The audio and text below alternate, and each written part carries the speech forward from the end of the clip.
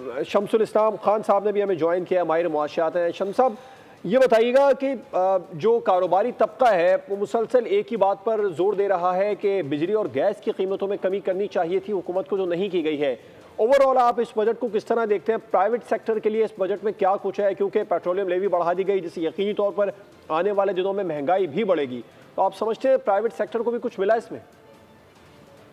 देखिए जी, ये जो बजट पेश किया गया है, ये इसके मैं अगर एक लाइन में डिफाइन करूं तो ये budget the good, the bad and the ugly budget है।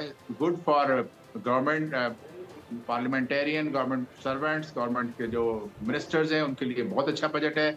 लेकिन bad for trade and industry है कि आपके इसके अंदर एंटाई ग्रोथ है, एंटाई इन्वेस्टमेंट है, आपकी कोई रोजगार नए क्रिएट नहीं हो सकेंगे, इन्वेस्टमेंट नहीं हो सकेगी। और अगली बजट जो है ये अवाम के लिए, अवाम दोस्त बजट हरगिज नहीं है, ये अवाम दुश्मन बजट है। मैं आपको मिसाल देता हूँ अवाम की कि आपके पास अगर जहां आपने कहा जी कि पेट्रोल लेने वाले बाइक्स वाले जो तकरीबन मुल्क के अंदर ज्यादा से ज्यादा पेट्रोल कंजम्पशन करते हैं और उनमें अक्सरियत ऐसी होती है जिनके अपने जाती बैंक अकाउंट भी नहीं होते, बल्कि यहाँ पे ये भी नोट किया गया है कि पाकिस्तान की आबादी अगर 24-25 करोड़ है तो सबके पास 100% के पास CNIC ही नहीं है। तो ये वेरीफाई किया जा सकता है। जिनके पास CNIC नहीं है वो बैंक अकाउंट नहीं खोल सकते, वो क्रेडिट कार्ड यूज नहीं कर सकते, डेबिट कार्ड नहीं ले सकते, उनके पास मोबाइल एप्लीकेशंस नहीं होंगी।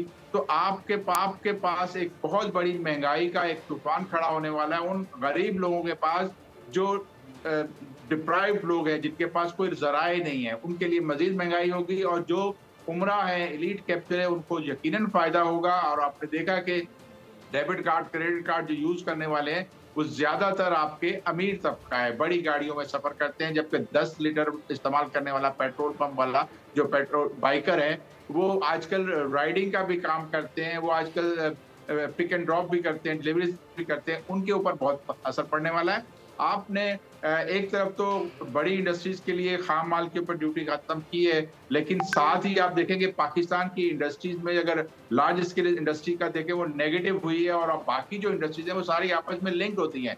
तो आपकी ग्रोथ इंडस्ट्रियल से माइनस होना, आपका एग्रीकल्चर जो बैकबोन कहा जाता है पाकिस्तान का, वो बुरी तरह से उसकी हड्डियां टूट चुकी हैं, बैकबोन अब टूट गई है। आपकी एग्रीकल्चर भी माइनस में गई है। ये 0.56% जो ग्रोथ दिखाई गई है ये सिर्फ गधों की आबादी बढ़ाने से, गधों की और जानवरों की, गाय भैंस बकरियों की आबादी दिखाई गई है जो कि इनफॉर्मल सेक्टर में है, जिसका कोई प्रॉपर आपके पास वेरीफाइड डेटा नहीं है। आपके पास जो सर्विस सेक्टर है उसमें ग्रोथ आती है और सर्विस सेक्टर जो है वो पाकिस्तान के GDP का सबसे ज्यादा हिस्सा लेता है। लेकिन अनफॉर्चुनेटली हुकूमत का जो टैक्सेशन का निजाम है वो सर्विस सेक्टर में सिर्फ बड़े बैंक्स वगैरह से तो टैक्स ले लेता है, लेकिन जो दूसरे लोग हैं उनसे टैक्स नहीं ले सकता और वो उसका कंट्रीब्यूशन सबसे कम है। इंडस्ट्री के ऊपर सबसे ज्यादा बोझ टैक्स का है और चला आ रहा है, उसके लिए कुछ नहीं किया गया।